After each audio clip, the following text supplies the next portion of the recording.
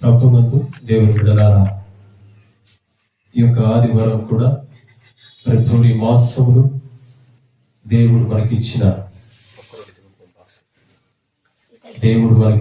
ఈ అవకాశాన్ని మనం అందరం కూడా సద్వినియోగపరచుకుందాం. ఎందుకంటే దేవుడు మనం కాచి కాపాడాడు గనక ఆయన మనం ఎల్లప్పుడూ స్తుతులు స్తోత్రాలు చెల్లించాలని ప్రభుత్వం తెలియజేస్తూ ఉంటున్నాం.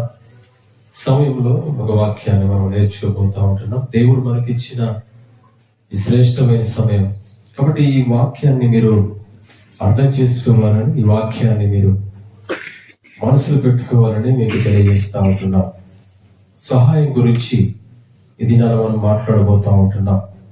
సహాయం, సహాయం చేసేవారు ఈ భూమి మీద ఉన్నారా అని చూస్తే చాలా మంది సహాయం చేసేవారు రకరకాలుగా ఉన్నారు. కొందరైతే పేదవారికి సహాయం చేసే విషయంలో వారి సొమ్మును వెచ్చించి అనేక మందికి భోజన పానాలు కానీ, బట్టలు కానీ, బుక్స్ కానీ, ఇలాగా వారి సొమ్ముతో ఏం చేస్తారంటే సహాయం చేస్తూ ఉంటారు. ఏమీ ఆశించుకోకుండా ఇచ్చేది సహాయం. కాబట్టి సహాయం చేసే విషయంలో చాలా మంది ఏం చేస్తున్నారంటే చేస్తాంలేని చాలా మంది మోసపుచ్చేవారు కూడా లేరనుకోరు. చాలా మంది ఉన్నారు. ఇస్తామని చెబుతూ వారి అవసరాలను బట్టి మనల్ని వాడుకునేవారు చాలా మంది ఉన్నారు. మీకు కథ చెప్తాను, వినండి. ఒక ఏటిలో చేపలు,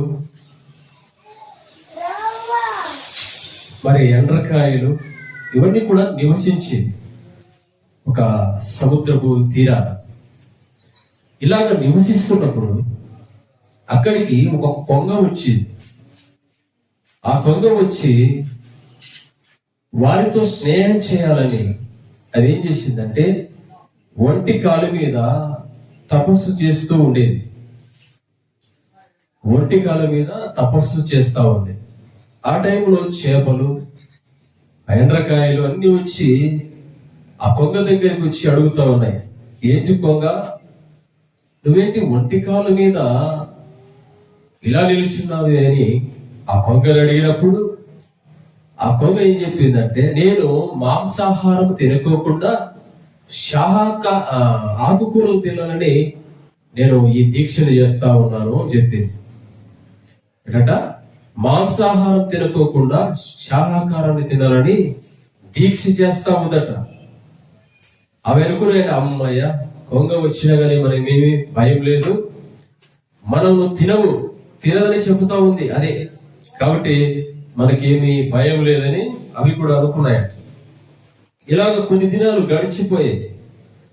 గడిచిపోయిన తర్వాత ఒక దినాన తనకి ఆలోచన వచ్చింది, అని మాంసం తినుకోకుండా ఎన్నాళ్ళు ఉండలేరా, కాబట్టి ఎలాగైనా సరే చేపలను తినేయాలని ఒక ఆలోచన తనలో వచ్చి ఒక దినాన బాగా ఏడుస్తా ఉందట, కన్నీళ్లు గారుస్తా ఉందట. అప్పుడు మరలా చేపలు, రొయ్యలు, ఎండ్రకాయలు ఇవన్నీ కూడా దాని దగ్గరకు వచ్చి అడుగుతా ఉన్నాయంట, ఏంటి కొంగ, ఎందుకు ఏడుస్తున్నావు, ఎందుకు నువ్వు కన్నీళ్లు కారుస్తున్నావు అని ఆ కొంగని అడిగాయట. ఆ కొంగ నిందట, నేను అలా చెట్టు మీద ఉన్నప్పుడు ఇద్దరు వ్యక్తులు వచ్చి మాట్లాడుకునే మాటలు విని నేను చాలా దుఃఖము, బాధతో ఉన్నాను అని చెప్పిందట. ఏం విన్నావు, ఏం చెప్పారు వాళ్ళు అని అడిగినప్పుడు, ఇదిగో వారు జాలర్లు, ఇదిగో రేపొచ్చి ఆ వల వేసి మనం అందరము దీంట్లో ఉన్న చేపలను పట్టుకొని వ్యాపారం చేద్దామని మాట్లాడుకుంటున్నారు. ఆ విషయాన్ని విన్నప్పుడు నాకు బాధ, ఎంతగానో దుఃఖం వస్తా ఉంది. మీరందరూ కూడా ఆ వలలో పడిపోయి మనుషులకు మాంసం అయిపోతారేమని బాధగా ఉంది అని ఆ కొంగ ఏడుస్తూ వారికి చెప్పిందంట. మరి ఎలా కొంగ ఈ ఆపద నుంచి తప్పించుకోగల మనకు ఎవరు సహాయం చేయగలరు అని ఆ కొంగను ఈ చేపలు, ఎండ్రకాయలు ఇవన్నీ కూడా అడిగాయట. మీరేం భయపడకండి, నేనున్నాను, మీకేం కాదు, నేను మీకు సహాయం చేస్తాను అని చెప్పిందంట.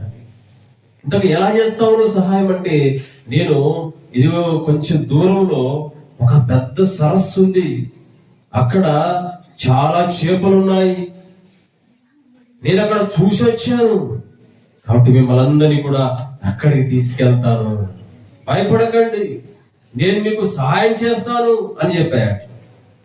అవి అనుకున్నాయట, ఎలా చేస్తావు, ఏ విధంగా మమ్మల్ని తీసుకెళ్తావు అని అవి ఎంతగానో బాధపడి తనతో మాట్లాడినప్పుడు అది అనిందట, లేదు లేదు, మీరు భయపడడం అవసరం లేదు, ఇదిగో మీరు ఒక్కరు గాని, ఇద్దరు గాని, ముగ్గురు గాని నా నోట్లోకి రండి, మిమ్మల్ని తీసుకెళ్లి అక్కడ వదిలేస్తాను అని చెప్పిందంట. సరే అని నమ్మి ప్రతిరోజు 2-3 తన నోట్లో పెట్టుకొని వెళ్తుందంట, వెళ్తూ వస్తా ఉందంట, ఇలాగా తీసుకెళ్తుంది. కానీ అది చేసే మోసం ఏంటంటే, ఇలా ఇక్కడ నుంచి తీసుకెళ్తుంది, అలా కొండ మీదకి వెళ్ళిపోయి ఆ చేపలన్నీ తినేసి మరలా వచ్చి వీరిని మోసం చేస్తూ, నేను అక్కడ వారిని వదిలేసి వచ్చాను, కాబట్టి మీరు రండిని ఇలాగా తీసుకెళ్తూ సహాయం చేస్తున్నట్లుగా ఉంది. కానీ తన బుద్ధిని ఎక్కడ పెట్టుకుంది, చెడు బుద్ధి అంతా లోపల పెట్టుకుంది. కాబట్టి ఇలాగా చేస్తూ చివరిగా ఒక ఎండ్రకాయ చివరిగా మిగిలిపోయింది. మరి ఆ ఎండ్రకాయ దగ్గరికి వెళ్ళిపోయినప్పుడు ఆ ఎండ్రకాయ మరి ఎప్పుడైతే నాకు సహాయం చేయమన్నప్పుడు ఆ ఎండ్రకాయ కూడా ఆ కొంగను ఆ ముక్కును పట్టుకుని ఇలాగ వెళ్ళిపోతూ ఉన్నప్పుడు ఆ ఎండ్రకాయ ఏం చేసింది, అలా కిందికి చూసినప్పుడు ఆ కొండ మీద చేపల ఎముకలన్నీ కనబడుతూ ఉన్నాయి. అప్పుడు అనుకుందట, అరే ఇది చాలా సహాయం చేస్తానని చెప్తుంది, కానీ ఇది మమ్మల్ని మా చేపలను కూడా తినేసిందని. అది ఏమైపోయిందంటే ఒకసారిగా భయపడిపోయి నాకు భయం వేస్తా ఉంది, కింద పడిపోతానేమో, కొంచెము నన్ను దించే అని అడుగుతా ఉన్నప్పుడు అది ఎంత మాత్రం దించేయలేదట. ఇలా కాదని ఏం చేసిందంటే, తన కొండి చేత తన స్వరాన్ని పట్టుకుని, తన గొంతును పట్టుకొని బాగా నలిపేసిందంట. నలిపేస్తానే అది కింద పడిపోయి చనిపోయిందంట. ప్రియులారా, ఈనాడు సహాయం చేస్తామని చెప్పేవారు చాలా మంది ఉన్నారు, కానీ వారి స్వార్థాలు చూసుకుంటూ వారు ఏం చేస్తా ఉన్నారంటే, మనుషులమైన మనం అందరినీ కూడా వంచేవారుగా ఉంటున్నారు. నిజంగా 3 వ్యక్తులు వక్షి పిల్లలను, యవనస్తురాలను వేరే గుడి దగ్గరికి వెళ్ళాలని వారు అడిగినప్పుడు 3 వ్యక్తులు ఏం చేశారంటే, రండి మేము అక్కడికి తీసుకెళ్తాం, మేము కూడా అక్కడికి వెళ్తున్నామని 3 బైకులు వేసుకుని 3 ఆడపిల్లలను కూర్చోబెట్టుకుని వెళ్ళిపోయి నిజంగా వారిని ఒక రోజంతా ఒక హోటల్ తీసుకెళ్లి బోర్డు చేసి మరలా వారి బస్ స్టాండ్ లో వదిలేసి వెళ్ళిపోయారు. అంటే సహాయం చేస్తామని చెప్పే ప్రతి మనిషిని నీవు నమ్మకూడదు. అలా నమ్మావంటే ఖచ్చితంగా నువ్వు మోసపోయినట్లే. కాబట్టి మనం అందరూ కూడా సహాయం చేసే వారిని ఏ విధంగా వారు సహాయం చేస్తారు మనకని ఆలోచన చేసి వారి సహాయాన్ని అడగండి. మనుషులను నమ్ముట కంటే యెహోవాను నమ్ముట ఉత్తమమైనదని బైబిల్ సెలవిస్తా ఉంది. కాబట్టి ఈనాడు మనుషులను మనం నమ్మకూడదు.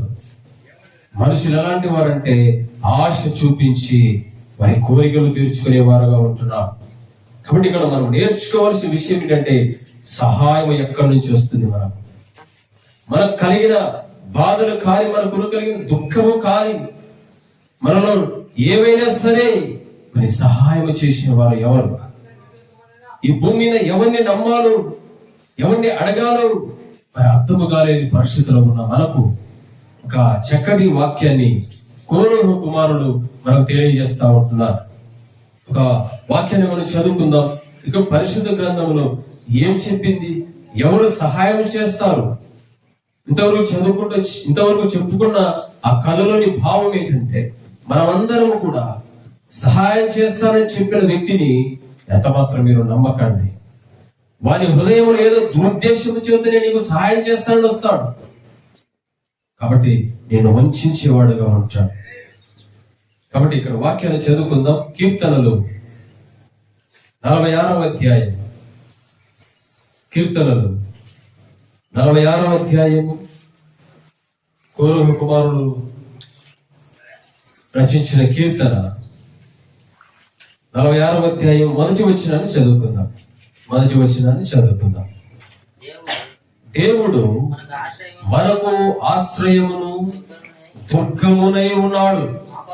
ఆ ఆపత్కాలమును ఆయన నమ్మదగిన సహాయకుడు.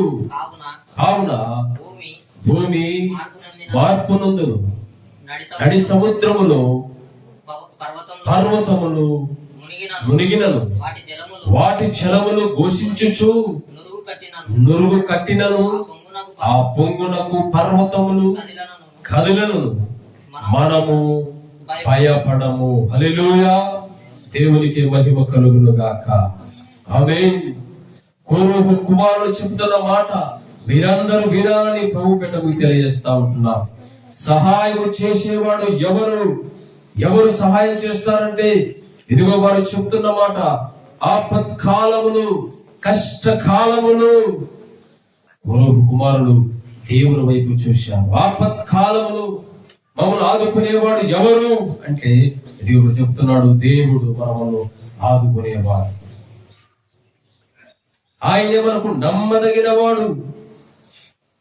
మరి చెప్తున్న మాట, మనకు సహాయము లేదా మనకు బాధ, మనకు ఇబ్బందులు, ఆపదలు కలిగినప్పుడు సహాయం చేసేవాడు దేవుడే అని వారు స్పష్టంగా మాట్లాడుతూ ఉంటున్నారు. మరి ఈ దినాల్లో యూట్యూబ్ లో చూసినప్పుడు ఒక చిన్న బిడ్డకు ఒక వ్యాధి వచ్చింటే ఆ వ్యాధికి సుమారుగా 16 కోట్లు ఎంతో ఖర్చు అవుతుందట ఒక ఇంజెక్షన్. 16 కోట్లు ఖర్చు అవుతుందట ఒక ఇంజెక్షన్ ఆ పాపకు వేయించాలి. కానీ వారి దగ్గర అంత స్తోమత లేదు.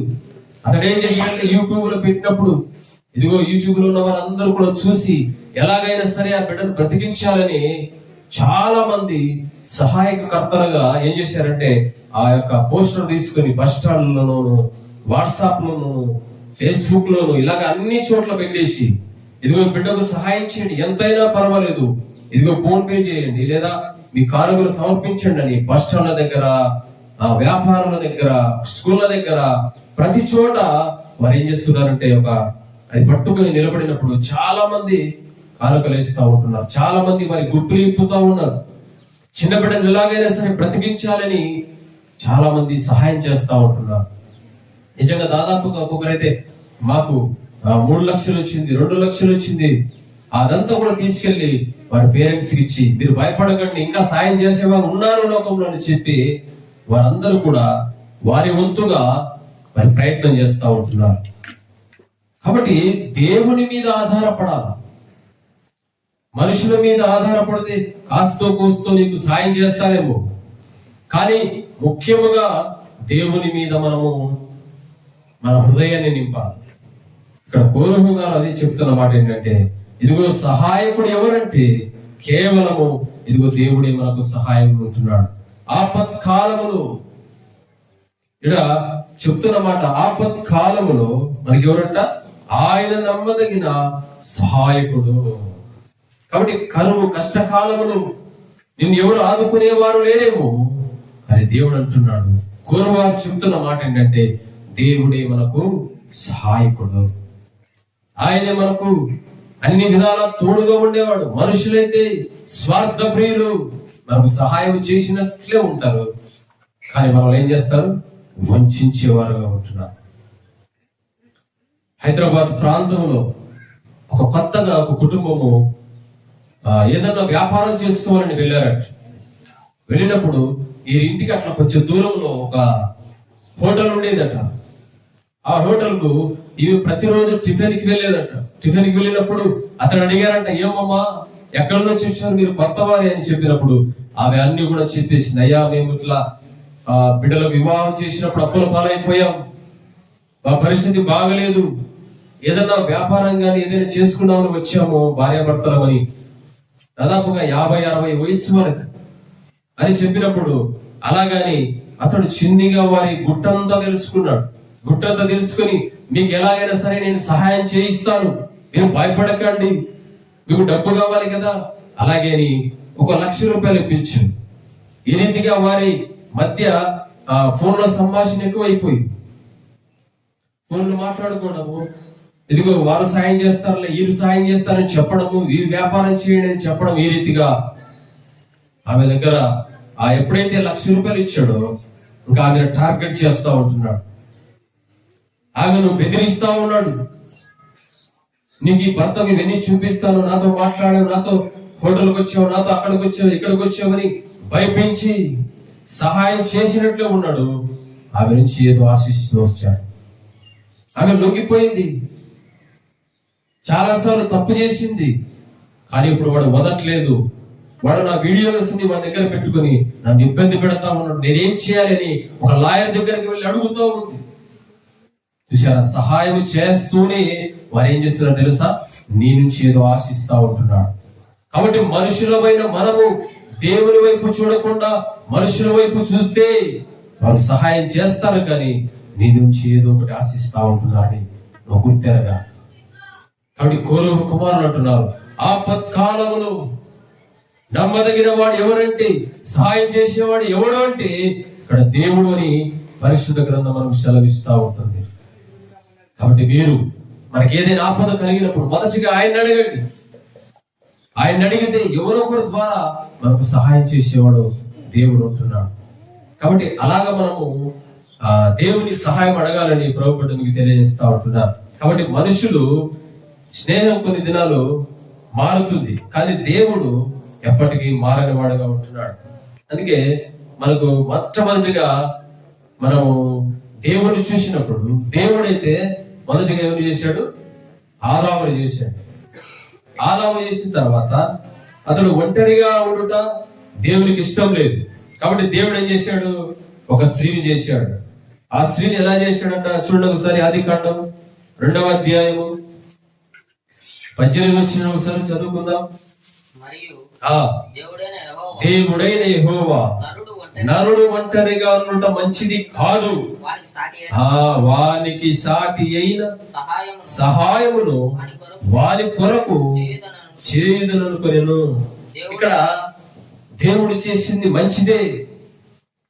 అతనికి సాటిగా, సహాయకురాలుగా, ఒక భాగస్వామిగా దేవుడు చేస్తే మొట్టమొదటి వికెట్ స్త్రీ ద్వారానే పాపంలో పడిపోవడం స్టార్ట్ అయ్యింది కదా. సహాయకురాలుగా ఉంటుంది అనుకుంటే ఏం చేసింది, పాపములు ఆమె ముందుగానే కాలు పెట్టేసింది, తర్వాత ఆదామును లాగేసింది, ఆ నుంచి ఆ తోటలోంచి బయటికి ఎండవేయబడ్డాడు. కాబట్టి సాటి అయిన సహకారి అంటే భార్య భర్తలని ఇద్దరు బంధం ఈనాడు ఎలా ఉంది, భర్తకు తెలియకోకుండా భార్య, భార్య తెలియకుండా భర్త. ఈనాడు చాలా మంది అనేక రీతిలో దేవునికి దూరం అయిపోతా ఉంటున్నారు. సాటి అయిన సహకారిగా ఉండవలసిన భర్త భార్య దగ్గర దాచేస్తా ఉంటున్నాడు, అలాగే భార్య కూడా భర్త దగ్గర దాచేస్తా ఉంటుంది. కాబట్టి సాటి అయిన సహకారిగా భార్య భర్తలు ఇద్దరు కూడా మంచి నిర్ణయాలతో ఉండాలని ప్రభు గడ్డ తెలియజేస్తా ఉంటున్నారు.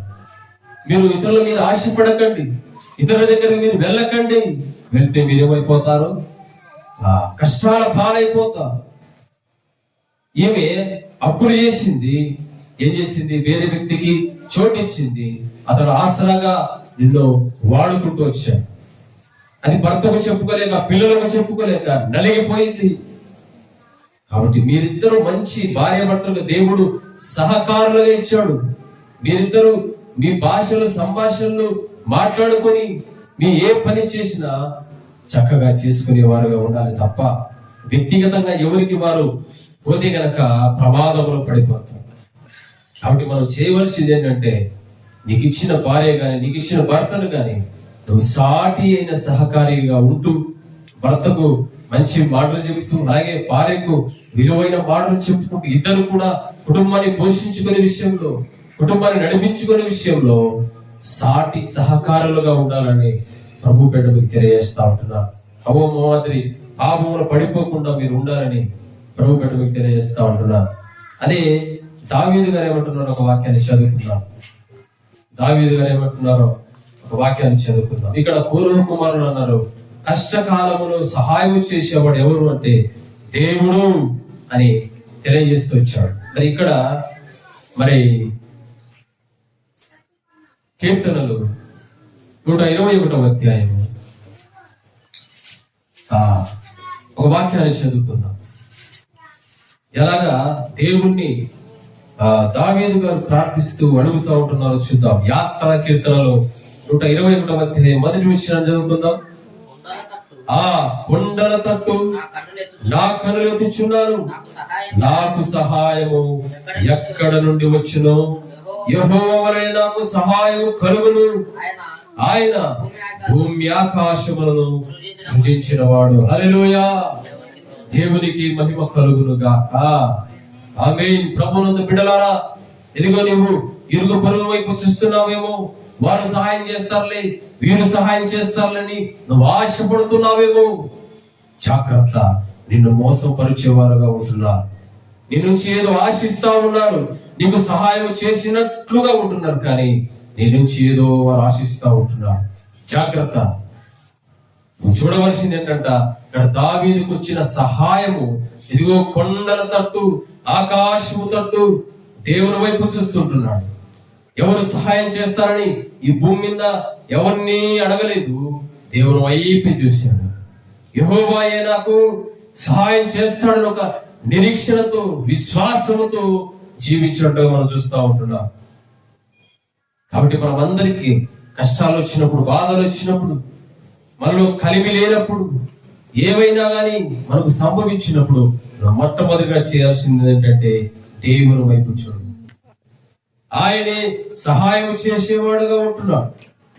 ఆయనే నీకు అన్ని విధాల తోడుగా ఉండేవాడుగా ఉంటున్నాడు. యెహోవా వలనే నాకు సహాయం కలుగునని దావీదు చెప్పినట్టుగా నీవు కూడా ఆ రీతిగా చెప్పేవారుగా ఉండాలి. మనుషులు స్వార్థ ప్రియులు. మనుషులు ఏదో ఆశించి మన కాడికి వస్తూ ఉంటారు. ఏదో ఆశించి మనను భంగపరచాలని, మన అవమానపరచాలని సహాయం చేస్తారు. వెంటనే వెళ్ళి పక్కింటిలో చెప్తారు, నేను వానికి 1,00,000 రూపాయలు ఇచ్చాను, ఎందుకంటే ఏడుస్తూ ఉంటే నా ఇంటికి వచ్చి కాళ్ళలో బేరలో పడతా ఉంటే నాకు 1,00,000 రూపాయలు ఇచ్చానని వాడు ఊరంతా చెప్తాడు. సాయం చేస్తాడు, కానీ అందరూ చెప్పేస్తాడు. నా దగ్గరికి వచ్చినాడు ఏడుస్తుంటే ఏదో పాపం లేని ఇది ఇచ్చారు అది ఇచ్చారని చెప్తాడు. సహాయం చేసేవారు ఇలా ఉన్నారు. కానీ దేవుడి వైపు ఎప్పుడైతే నువ్వు చూస్తావో, ఆకాశం ఉందన్న దేవుని వైపు నువ్వు కనులెత్తి చూస్తావో, తప్పకుండా యెహోవాయే నీకు సహాయకుడు. ఆయన తప్ప ఈ భూమి మీద ఎవరు లేరని దేవుని వాక్యం సెలవిస్తూ ఉంటుంది. కాబట్టి దేవుని బిడ్డలారా, దేవుని వాక్యాన్ని మీరు ఆలోచన చేయండి. దేవుని మాటలు మీరు ఆలోచన చేయాలని మీకు తెలియజేస్తా ఉన్నా. యెహోవా వలన నాకు సహాయం కలుగును. ఎందుకంటే ఆయన భూమిని ఆకాశమును కలగజేసిన వాడు, ఆయన సృష్టికర్త. ఆయన మనకు సహాయం చేసేవాడుగా ఉంటున్నాడు. ఆయన మన ప్రతి అవసరాలు తీర్చేవాడుగా ఉంటున్నాడు. ఆయనే మనకు తోడుగా ఉండేవాడు ఉంటున్నాడు. అదే కోరూరు గారు మాట్లాడిన మాట 46వ అధ్యాయం చదువుకుంటూ వచ్చాం. అయితే 43వ వచనాన్ని ఒకసారి చదువుకుందాం. వారు ఎంతగా విలపిస్తా ఉంటున్నారు, ఎంతగా బాధపడి దేవుడి వైపు చూశారో చూడండి. ఒకసారి చదువుకుందాం. 5వ వచనం. నా ప్రాణమా నువ్వేళ కృంగి ఉన్నావు, నాలో నీవేళ తొందరపడుచున్నావు. దేవుని యందు నిరీక్షణొచ్చుము. ఆయన నా రక్షణకర్త, ఆయనే నా దేవుడు, నేను ఆయనను స్తుతించెదను. కాబట్టి నీ ప్రాణమును కుంగిపోయిందా? నువ్వు దుఃఖముతో విలవిలలాడుతున్నావా? నీకు అన్యాయం జరిగిందని బాధపడుతున్నావా? అయితే దేవుడు అనుకుంటున్నాడు, ఇదిగో నిన్నే రక్షించడానికి యేసుక్రీస్తు ప్రభువు వచ్చాడు. నీకున్న ఆపదల నుంచి, నీకున్న ఇబ్బందుల నుంచి విడిపించేవాడు దేవుడు. ఆయన నీకు సహాయం చేసేవాడుగా ఉంటున్నాడు. కాబట్టి దేవుని వాక్యాన్ని మనం అర్థం చేసుకోవాలి. ఎవరి వైపు చూడడం కాదు, మొదటిగా దేవుని వైపు చూడు. మొదటిగా దేవుని అడుగు. దేవా, నా పరిస్థితి ఇది, నాకు వచ్చిన కష్టం ఇది, నాకు వచ్చిన ఇబ్బంది ఇది అని ఎప్పుడైతే నువ్వు దేవుని అడుగుతావో, తప్పకుండా దేవుడు నీ ద్వారా ఆయన ద్వారా ఎవరో ఒకరి ద్వారా నీకు సహాయాన్ని పంపిస్తాడు, ఎవరో ఒకరి ద్వారా నీకు పని చూపిస్తాడు, ఎవరో ఒకరి ద్వారా నీకు ఆ కార్యం జరిగేటట్టు చేస్తాడు. కాబట్టి దేవుని వాక్యాన్ని మీరు విశ్వసించాలని ప్రభు బిడ్డలకు తెలియజేస్తా ఉంటున్నా. రోజు జాన్ వెస్లీ గారు సాక్షి చెబుతుంటున్నారు. మందిరం కట్టాలనుకున్నాడు. దాదాపు దానికి 42 లక్షలు ఎంతో ఖర్చు అవుతుందని. ఆ టైంలో ప్రార్థన చేశాడంట, ప్రభా ఇంత డబ్బులు ఎక్కడ తెచ్చి కట్టాలి, నా వల్ల అవుతా అని ప్రార్థన చేస్తున్నప్పుడు ఎక్కడో హైదరాబాద్ లో ఉన్న ఒక స్త్రీ ఒంటరిగా ఉంటుందంట. ఆమె దేవునికి తన కానుకొని ఇవ్వాలని ఎంతగానో ఆశపడుతూ ఉందంట. ఎలాగైనా సరే ఏదో ఒక మందిరానికి దేవునికి నేను కానుకలు ఇవ్వాలనుకుంటా ఉందంట.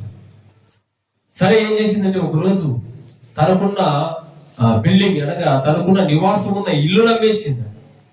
ఇల్లు నమ్మేసి దాదాపుగా అదే 42 లక్షలకు అమ్మేసి ఆ సొమ్మును తీసుకొని ఎక్కడైతే జాన్ వెస్లీ గారు ఉన్నారో అక్కడికి వెళ్ళి జాన్ వెస్లీ గారిని పిలిచి ఆయనతో మాట్లాడి నిజంగా ఆయనకు సహాయం చేసింది. ఒక మందిరం కట్టడానికి ఇదిగో దేవుడు హైదరాబాద్ లో ఉన్న ఆమెను ఇదిగో ఆ డబ్బులు తీసుకురావడం ఏంటి, ఈయనకి ఇవ్వడం ఏంటి అది చెప్పేది. ప్రార్థన చాలా అవసరమైంది. నువ్వు ఏ పని చేసినా, నువ్వెంత ఇబ్బందుల్లో ఉన్నా, నీ ప్రాణం విసిగిపోయినా, నువ్వు ఎలాగైనా సరే దేవుని గనక అడిగితే దేవుడు సహాయం చేసేవాడుగా ఉంటున్నాడు. కాబట్టి కౌరవ కుమారులు అడిగింది ఏంటంటే, ఆపత్కాలమును నమ్మదగిన వాడు, సహాయం చేసేవాడు నా దేవుడని వారు చక్కగా మనకు వివరిస్తూ వచ్చారు. అలాగే దావీదు అంటున్న మాట ఏంటంటే, ఇదిగో కొండల తట్టు ఆకాశం వైపు నా కళ్ళు ఎత్తుతున్నాను, నాకు సహాయం చేసేవారు ఎవరంటే యెహోవాయే నాకు సహాయం చేసేవాడు అని వారు మాట్లాడుతూ వచ్చారు. కాబట్టి ఈ దినాల్లో సహాయం చేసేవారు చాలా మంది కరువైపోతా ఉంటున్నారు. స్వార్థంతో మనల్ని ఇబ్బంది పెట్టాలని ప్రయత్నం చేస్తా ఉంటున్నారు. చూడ ఒకసారి హెబ్రీయులకు రాసిన పత్రిక 8వ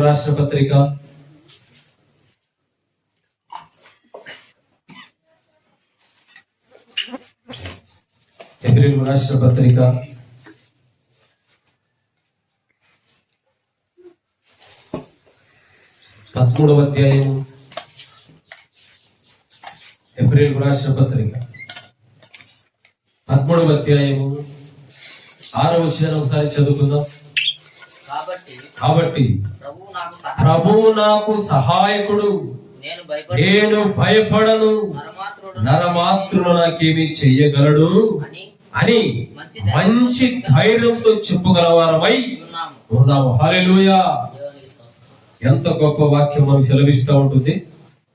ఇదిగో కాబట్టి ప్రభువే నాకు సహాయం చేసేవాడు, నరమాత్రుడు నాకు ఏమి చేయగలరు అనే విశ్వాసంతో మీరు దేవుని అడగాలని ప్రభుత్వం మీకు తెలియజేస్తా ఉంటున్నారు. ఇదిగో ఆయన మనకు సహాయం చేసేవాడుగా ఉంటున్నాడు. ఆయన మన కష్టాల్లో, మన బాధల్లో, మన దుఃఖంలో అన్ని విధాల మనం ఆదుకునేవాడుగా ఉంటున్నాడు.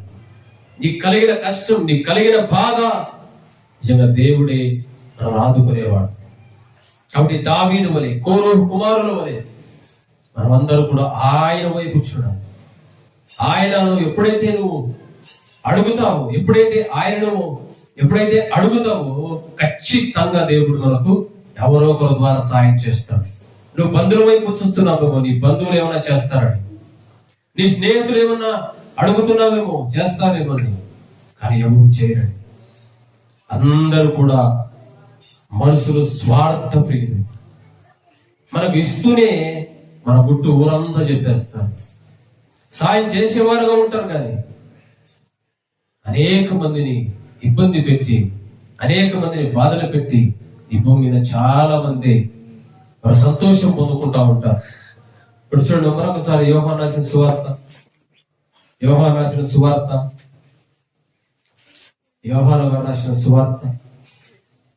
15వ అధ్యాయం, యోహాను సువార్త 15వ అధ్యాయం.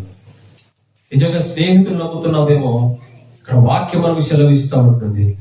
ముఖ్య స్నేహితులని నువ్వేమైనా అతని మీద ఆశ పెట్టుకున్నావేమో, ముఖ్య స్నేహితురాలని, ఫ్రెండ్స్ అని నువ్వేమైనా వారి కొరకు ఎదురు చూస్తున్నావేమో. ఒకసారి ఈ వాక్యాన్ని చదువుకుందాం. 15వ అధ్యాయము 13వ వచనం. తన స్నేహితుల కొరకు తన ప్రాణము పెట్టు వారి కంటే ఎక్కువైన ప్రేమ గల వాడెవడును లేడు. నేను ఆజ్ఞ చేసినలా మీరు నాకు స్నేహితులవుదురు. దాసుడు తన యజమానుడు చేయదానిని ఎరగడు గనుక ఇక మిమ్ములను దాసులుగా పిలువక స్నేహితులని పిలుచును. ఎందుకనగా నేను నా తండ్రి వలన వినిన సంగతులన్నిటినీ మీకు తెలియజేయుచున్నాను. ఇక్కడ యేసుక్రీస్తు ప్రభువు స్పష్టంగా మాట్లాడుతున్న మాట ఏంటంటే, ఒక ప్రాణ స్నేహితుడు, నీకు నిజమైన స్నేహితుడు, నీ కొరకు ప్రాణం పెట్టేవారు ఉన్నారేమో. ఒకసారి ఆలోచన చేసుకో. ఈనాడు చాలా మంది ప్రాణానికి ప్రాణం, స్నేహానికి స్నేహం అంటారు, కానీ చివరిగా చంపేసి అవయవాలు కోసేసి ఇలాగ చాలా ఘోరమైనవి జరుగుతూ ఉంటున్నాయి. ఫ్రెండ్షిప్ అని, మాకంటే గొప్ప ఫ్రెండ్షిప్ లేదని చాలా మంది ఏం చేస్తున్నారు, మోసం చేస్తూ ఉంటున్నారు. చాలా మంది లోకంలో చూసి ఇవే జరుగుతూ ఉన్నాయి. ఫ్రెండ్స్ పేరుతో అనేకమైన చెడ్డ పనులు జరుగుతూ ఉన్నాయి. స్నేహం పేరుతో అనేకమైన మోసాలు జరుగుతున్నాయి. స్నేహం పైన అనేకమైన దురుద్దేశాలతో బ్రతుకుతూ ఉంటున్నారు. మన నుంచి ఏదో ఆశించి వస్తారు, స్నేహం చేస్తారు, మన నుంచి ఏదో కోరుకుంటారు, మనం ఇబ్బంది పెట్టి వారి కోరిక తీర్చుకుంటారు. ఇలాంటి చాలా ఉన్నాయి. చాలా రకాలుగా స్నేహం చేసేవారు ఎవరు లేరు. స్నేహం చేస్తే ఏదో లాభం, ఏదో ఆశించే మనం స్నేహం చేస్తా ఉన్నాడని మనం గుర్తెరగకపోతే మనం మోసపోయే వారంగా ఉంటున్నాం. ఒక దినాన ఒక స్నేహితుడు ఏదో చిన్న తప్పు చేసి జైల్లో పడిపోయాడు. జైల్లో పడిపోయిన తర్వాత అతడు విడుదలైపోయిన తర్వాత రేపు దినాన అతని కోర్టులో తీర్పు వస్తుంది. కాబట్టి ఇతడు ఏం చేశాడంటే, సరే మా ఫ్రెండ్స్ చెప్పుకుందామని వాళ్ళ ఫ్రెండ్స్ దగ్గరికి వెళ్ళాడు. ఒక ఫ్రెండ్స్ దగ్గరికి వెళ్ళి, రేపు నాకు తీర్పు జరుగుతూ ఉంది, రేపే చివరి దినం అని చెప్పినప్పుడు అతను అన్నాడు, అలాగా, ఓకే, నువ్వు కావాలంటే ఇదిగో నాకున్న కారు తీసుకుని వెళ్ళిపోరా కోర్టుకు అని చెప్పాడట. అతను అనుకున్నాడట, నేను కారులో వెళ్తే అక్కడ చూసే లాయర్లు గాని చూసేవారు ఇతని ధన సంపన్నుడు అని నన్ను ఇంకా కొద్ది దినాలు ఏమైనా జైలు పెట్టేస్తాను భయపడి, నాయనా నీ సహాయం వద్దురా అని అక్కడి నుంచి వెళ్ళిపోయి ఇంకొకరి దగ్గరికి వెళ్ళాడట. ఇంకొకరి దగ్గరికి వెళ్ళినప్పుడు వాడు అన్నాడట, రేపు నాకు తీర్పు ఉంది, కోర్టులో నాకు చివరి దినం రేపు అని చెప్పినప్పుడు, అలాగా సరే అయితే ఇదిగో నాకున్న సూట్ వేసుకోబో, కోట్ వేసుకోబో అని చెప్పాడట.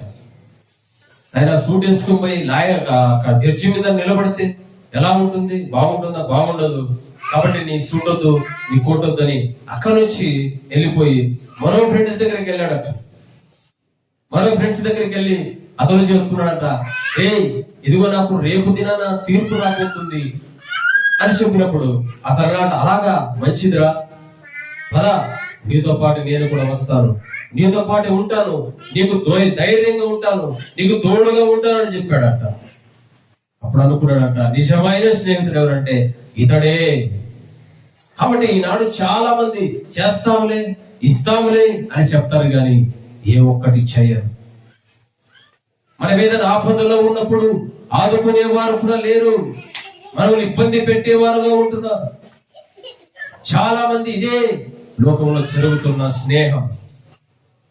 జరుగుతున్న స్నేహాలు ఎలా ఉన్నాయంటే అన్ని కూడా తప్పుడు మార్గంలో నడిపించేవిగా ఉంటున్నాయి. కాబట్టి ఒకరితో స్నేహం చేసేటప్పుడు నువ్వు ఆలోచించి స్నేహం చేయి. ఒకరితో స్నేహంతో ఉన్నప్పుడు అతని మనోభావాలను, అతనిలో ఉన్న ఆలోచనలు ఎరగకపోతే మోసపోయిన వాడు అవుతామని దేవుని వాక్యములు సెలవిస్తా ఉంది. కాబట్టి ఇక్కడ అంటున్నాడు, నిజమైన స్నేహితుడు ఏం చేస్తాడంట? ప్రాణాన్ని మరి ఇచ్చేవాడుగా ఉంటాడు. కాబట్టి ఇక్కడ వాక్యాన్ని మరొకసారి మత్తయి రాసిన సువార్తలో, మార్కు రాసిన సువార్తలో నిజంగా యేసుక్రీస్తు ప్రభువు ఒక ఇంట వాక్యాన్ని బోధిస్తా ఉంటున్నాడు. వాక్యాన్ని బోధిస్తున్న టైంలో ఆ ఇంట ప్రవేశించినప్పుడు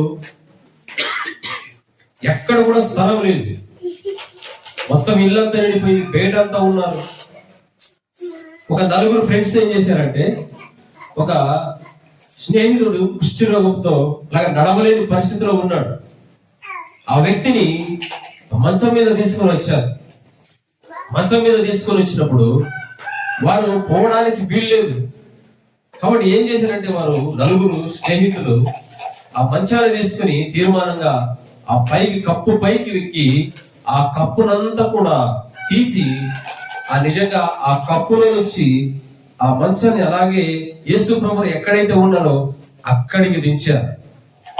ఇదంతా కూడా మార్కు రాసిన సువార్త 2వ అధ్యాయంలో 2వ వచనంలో ఇదంతా కూడా ఉంటుంది. పక్షవాయువులో ఒక మనుషుడు, ఇదిగో నలుగురు వ్యక్తులు ఏం చేశారంటే, తన ఫ్రెండ్స్ కోసం ఇదిగో కొట్టం మీదకి ఎక్కి ఆ కొట్టం చుట్టూ ఉన్న పెంకులు విప్పి ఆ పెంకుల మధ్యలో నుంచి తిప్పుతూ వచ్చారు. కాబట్టి అక్కడ అంటాడు యేసు ప్రభువు, ఏమంటారు చదవండి ఒకసారి, 2వ వచనం నుంచి. ఆయన అనేకులు కూడి ఉండేది కనుక వాకిటనైనను వారికి స్థలము లేకపోయెను. ఆయన వారి వాక్యమును బోధించుచుండగా కొందరు పక్షవాయువు గల ఒక మనుషుణ్ణి నలుగురు చేత మోయించుకుని ఆయన యొద్దకు తీసుకుని వచ్చిరి. చాలా మంది కూడి ఉన్నందున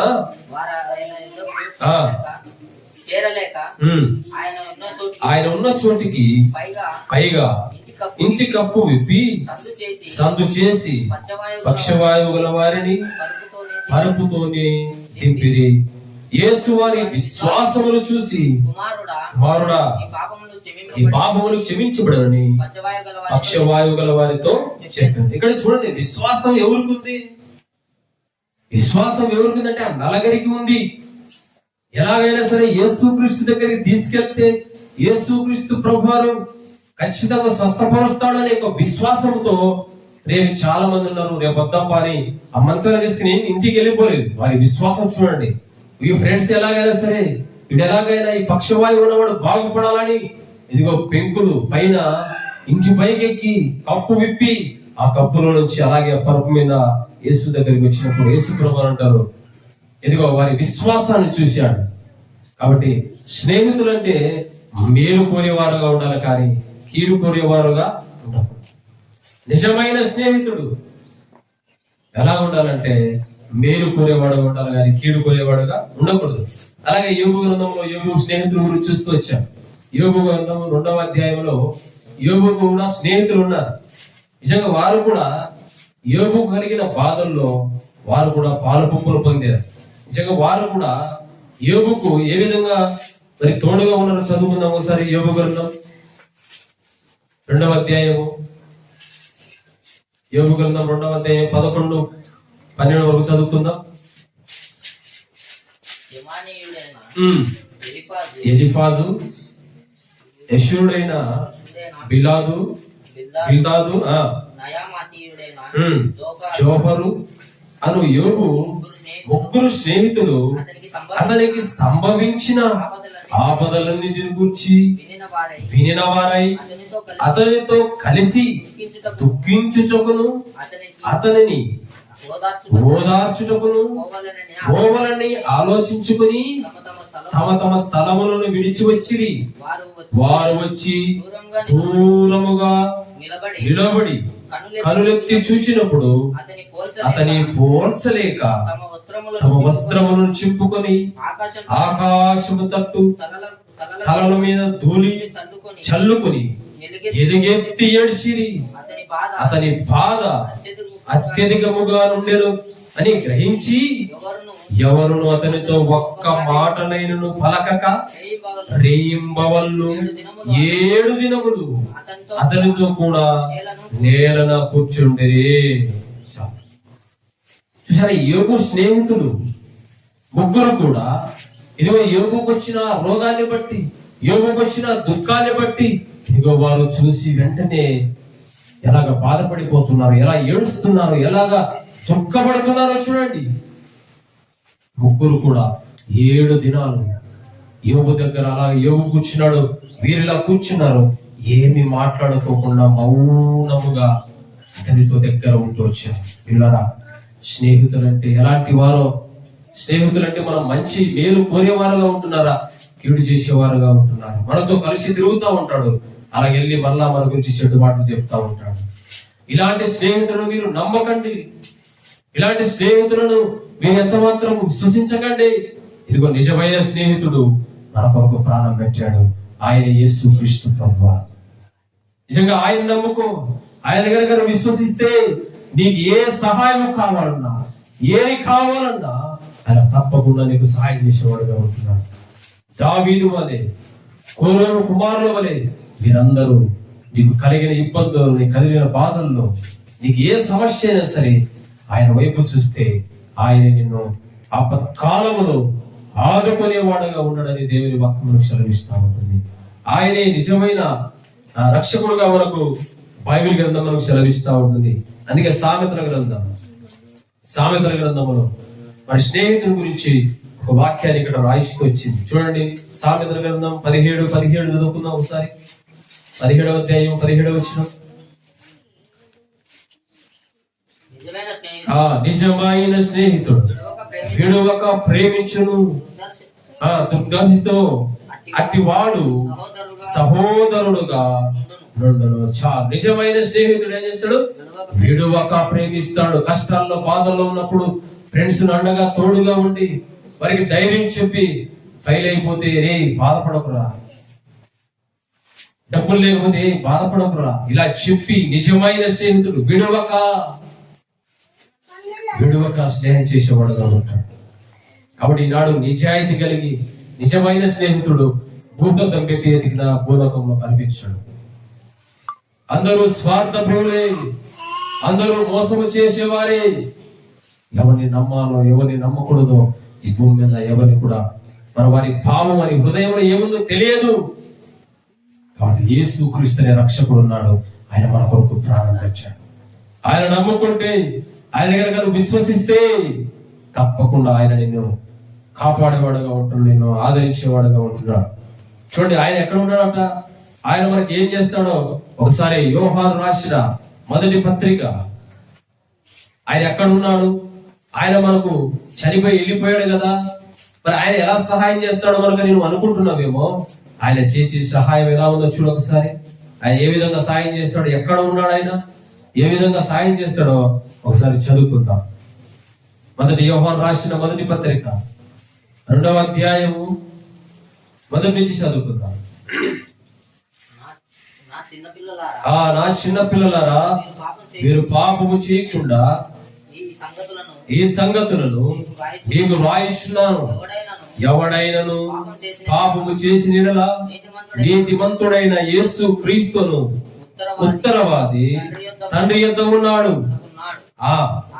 ఆయనే మన పాపములకు శాంతికరమై ఉన్నాడు. మన పాపములకు మాత్రమే కాదు, సర్వలోకానికి శాంతికరమై ఉన్నాడు. హల్లెలూయా. యేసు క్రీస్తు ప్రభువు ఎక్కడ ఉన్నారు? తండ్రి అయిన కుడిపార్శ్వమందున కూర్చుని ఉంటాడు. ఆయన ఎలాంటి వాడంట? ఉత్తరవాది. అంటే మన సమస్యలన్నీ కూడా తండ్రి దగ్గర చెప్పేవాడు. మనకున్న ఏ సహాయం అయితే మనం ప్రార్థన చేస్తాము, ఏది కావాలని మనం అడుగుతాము, ఆయన తండ్రి దగ్గర విలిపించేవాడుగా ఉంటున్నాడు. మన పక్షాన ఆయన ఉత్తరవాదిగా ఉంటున్నాడు కదండి. అప్పుడు లెటర్లు వచ్చేవి, లెటర్లు పోస్ట్ ఆఫీస్ నుంచి, ఎక్కడో హైదరాబాద్ నుంచి ఒక లెటర్ రాస్తే ఆ లెటర్ తీసుకుని ఒక పోస్ట్ ఆఫీస్ మన ఇంటి దగ్గరికి వస్తాడు. కాబట్టి అలాగనమాట, మనం ఏదైతే సహాయాన్ని కోరుకుంటున్నామో, మనం ఏదైతే అడుగుతున్నామో, ఆయన తండ్రి దగ్గర ఉత్తరవాదిగా ఉన్నాడు. ఆయన మనకు సహాయం చేసేవాడుగా ఉన్నాడని పరిశుద్ధ గ్రంథం మనకు సెలవిస్తూ ఉంటుంది. కాబట్టి ఆయన మనకు మధ్యవర్తి ఉంటున్నాడు, మనకు విజ్ఞాపన చేసేవాడుగా ఉంటున్నాడు. చూడొకసారి రోమిలకు రాసిన పత్రిక ఏం చేస్తున్నాడు యేసు ప్రభువు అంటే తండ్రి దగ్గర ఉన్నాడు, మన కొరకు ఉత్తరవాదిగా ఉండి మన బాధలన్నీ కూడా తండ్రికి తెలియజేస్తూ ఉంటున్నాడు. ఇంకా ఏం చేస్తా ఉన్నాడు చూద్దాం. రోమిలకు రాసిన పత్రిక 8వ అధ్యాయము. ఇంకా ఏం చేస్తున్నాడు యేసుక్రీస్తు ప్రభువు? 8వ అధ్యాయము 26వ వచనం చదువుకుందాం. అటువలే ఆత్మయు మన బలహీనతలు చూచి సహాయము చేయుచున్నాడు.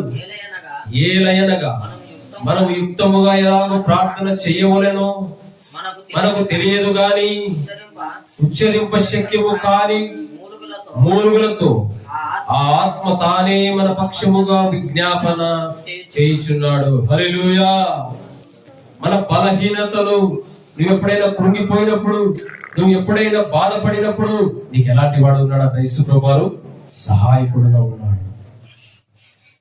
ఆయనకు చెప్పుకో. నువ్వు ఫ్రెండ్స్ కి చెప్పుకుంటావు కదా, నీ ఫ్రెండ్ కి చెప్పుకుంటావు కదా నీకున్న బాధలు, నీకున్న కష్టాలు. అలాగే నీకు ఫ్రెండ్ గా ఉన్నాడు యేసుక్రీస్తు ప్రభువు. నీకు స్నేహితుడుగా ఉన్నాడు, ఆయనకు చెప్పుకో. నీ పక్కన ఉన్న స్నేహితుడి కంటే మోకాలో ఆయనకు చెప్పుకో. ఆయనకు చెప్పుకుంటే నిజంగా నువ్వు ఎక్కడైతే బలహీనమైపోయి, ఎక్కడైతే కృంగిపోయావో, ఎక్కడైతే బాధపడుతున్నావో అక్కడ దేవుడు నీకు సహాయకుడుగా ఉంటున్నాడు. నిజంగా ఆయన నమ్మదగిన వాడుగా ఉంటున్నాడు. కాబట్టి నీవు గనక ఆయనను విశ్వసిస్తే ఆయన నిన్ను కాపాడేవాడుగా ఉంటున్నాడు. ఇంకొక ఆయన ఉన్నాడు, ఎవరు చూద్దాం. యోహాను రాసిన సువార్త ఇంకొక ఆయన మనకు ఏం చేస్తాడో చూద్దాం ఒకసారి. ఆయన ఎలాగ ఉంటాడో మనకు కనిపించాడు. ఆయన యేసుక్రీస్తు ప్రభువు కనిపించాడు, కానీ ఈయనగా మనకు కనిపించకపోయినా ఈయన మనకు సహాయం చేస్తాడు. చూద్దాం. యోహాను రాసిన సువార్త 14వ అధ్యాయము.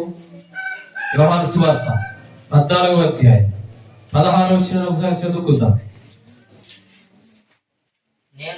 అంటే యేసుక్రీస్తు చెబుతున్న మాట, నేను తండ్రిని వేడుకొందును మీ యొద్ద ఎల్లప్పుడూ నుండుటకు ఆయన వేరొక ఆదరణకర్తను అనగా సత్య స్వరూపము ఆత్మను మీకు అనుగ్రహించును. లోకము ఆయనను చూడదు, ఆయనను ఎరగదు గనుక ఆయనను పొందనేరదు. మీరు ఆయనను ఎరుగుదురు, ఆయన మీతో కూడా నివసించును, నీలో ఉండును. హల్లెలూయా. ఈయనెవరు? పరిశుద్ధాత్మ దేవుడు. ఈయన మనలో ఉంటాడు. ఈయన కనిపించడు, కంటికి కనిపించడు, కానీ నువ్వు మూలుగుతున్న మూలుగులు వింటాడు, నువ్వు పడుతున్న బాధలు చూస్తాడు. నువ్వు ఎప్పుడైతే ప్రార్థన చేస్తావో ఈ ప్రార్థన ద్వారా నీకున్న బాధలు, నీకున్న కష్టాలు, నీకున్న విపత్తులు ఏవైనా సరే ఆయన నీకు సహాయం చేసేవాడు. కాబట్టి ఇక్కడ పరిశుద్ధాత్ముడు ఉన్నాడు. నువ్వు ఎక్కడైతే ప్రార్థన చేస్తావో ప్రభు పరిశుద్ధాత్మ నీకు కంచెకరువుగా ఉంటాడు. ఇదిగో ఆయన మనల్ని ఎలా ఉన్నాడంట? పరిశుద్ధాత్ముడు సహాయకుడుగా ఉన్నాడు. ఆయనకు కొన్ని పేర్లు ఉన్నాయి. సహాయకుడు, ఆదరణకర్త, ఉత్తరవాది, పరిశుద్ధాత్మకు ఇవన్నీ కూడా ఉన్నాయి. కాబట్టి ఆయన ఆపదలో నేను ఆదుకునేవాడుగా ఉంటున్నాడు. నీకు సహాయం చేయడంలో ఆయన నీకు తోడుగా ఉండేవాడుగా ఉంటున్నాడు. ఆయన ఉత్తరవాదిగా ఉంటున్నాడు. కాబట్టి ప్రభువుని ప్రియులారా, సహాయాన్ని ఎవరి దగ్గర ఆశించకండి, ఎవరిని అడగకండి. మొదటిగా దేవుని అడగండి, ప్రార్థన చేయండి. కుమారుల మధ్య దావీదు వలె నువ్వు గనక దేవుని అడిగితే దేవుడే సహాయం చేసేవాడుగా ఉంటున్నాడు. కాబట్టి నీ ఫ్రెండ్స్ దగ్గరికి వెళ్ళి చెప్పుకునే మాటలు ఒకసారి 10 నిమిషాలు మోకరించి దేవుని అడుగు. దేవుని అడిగి అతని దగ్గరికి వెళ్ళు, తప్పులేదు. నీ ఫ్రెండ్స్ కాడికి వెళ్ళు, నువ్వు చేస్తావని నమ్మకంతో వెళ్ళు. కానీ 10 నిమిషాలు దేవుని ప్రార్థన చేసుకుని వెళ్ళు. ప్రభా, నా ఫ్రెండ్ దగ్గరికి వెళ్తున్నాను, నాకున్న కష్టం ఇది, నేను అతనితో పంచుకుంటున్నాడు, అతను కూడా నాకు సహాయం చేయలాగున అతనికి మంచి బుద్ధిని దయచేసి ప్రభువా అని ప్రార్థన చేసుకుని వెళ్ళు. ఖచ్చితంగా అతను మనసు మారుతుంది. తప్పకుండా నీకు చేయవలసిన సహాయము అతని ద్వారా చేయాలనుకుంటే దేవుడు తప్పకుండా చేస్తాడు, లేదా ఇంకొకరి ద్వారా చేయిస్తాడు. ఇలాగ ఎవరో ఒకరి ద్వారా మటుకు నీకు సహాయం ఖచ్చితంగా వస్తుంది. ఇది నిజం. దేవుడు ఖచ్చితంగా చేస్తాడు. నా వ్యక్తిగతంగా నా విషయంలో కూడా దేవుడు ఎన్నో గొప్ప కార్యాలు చేశాడు. సహాయం డబ్బుల విషయంలో కానీ, పని విషయంలో, ఏ విషయంలో అయినా సరే మనం కనుక దేవునికి ప్రార్థన చేస్తే తప్పకుండా సహాయం చేసేవాడుగా ఉంటున్నాడు. కాబట్టి సహాయకుల కొరకు మీరు ఎదురు చూడకండి. ఇదిగో మనకు సహాయకుడు చేసేవాడు యేసుక్రీస్తు ప్రభువు అని ఉత్తరవాది తండ్రి యొద్ద ఉన్నాడు. అలాగే పరిశుద్ధాత్మ దేవుడు మనకు తోడుగా ఉన్నాడు. అన్ని వేళలా ఆయన మనకు వెన్నంటున్నాడు. నువ్వు గనక విశ్వసిస్తే, నువ్వు గనక రక్షిస్తూ ఇదిగో నీ లోనికి వస్తాడు. ఇదిగో నిన్ను పరిశుద్ధాత్మ చేత నింపుతాడు. నువ్వు అనుకున్నవన్నీ కూడా చేయడానికి ఎక్కడ కూడా ఆయన ఎదురుతిరగడు. నీకు అన్ని వేళలా తోడుగా ఉంటాడు. కాబట్టి మీరు ఏదైతే ఆశిస్తా ఉన్నారో, ఏదైతే మీకు సహాయం కావాలని కోరుకుంటున్నారో, తప్పకుండా దేవుని అడగండి. దేవుడే మనకు సహాయకుడు, ఆయన మనకు సహాయం చేసేవాడుగా ఉంటున్నాడు. కాబట్టి మీ అందరికీ అలాంటి సహాయాన్ని దేవుడు తప్పక దయచేస్తాడని విశ్వసిస్తూ ఈ మాటలు మన విడిగిల్లో దేవుడు దీవించి ఆశీర్వదించునుగాక.